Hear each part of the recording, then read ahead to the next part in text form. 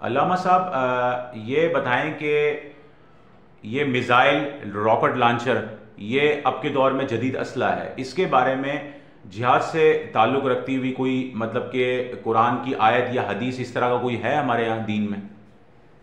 बिस्मिल्लाहिर्रहमानिर्रहीम। डॉक्टर साहब माशाल्लाह सवाल आपने बड़ा ज़बरदस्त किया। तो आज के दौर के अंदर ये चीज़ें मौजूद है।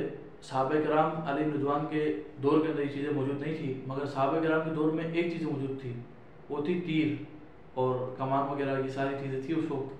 तो अगर हम जो है कुरान की आयत पढ़ें वअइद्दु लहुम मस्तताअतुम मिन कुव्वा, तो कुरान कह रहा है सूरह अनफाल के अंदर आयत नंबर 60 के अंदर कह रहा है कि भाई तुम फेंकने वाले हथियार बनाओ।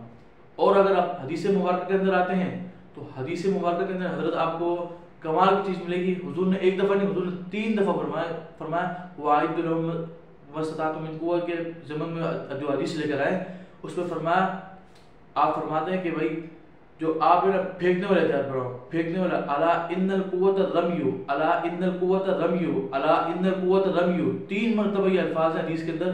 तो इसका मतलब है कि फेंकने वाले हथियार बनाओ, फेंकने वाले हथियार बनाओ।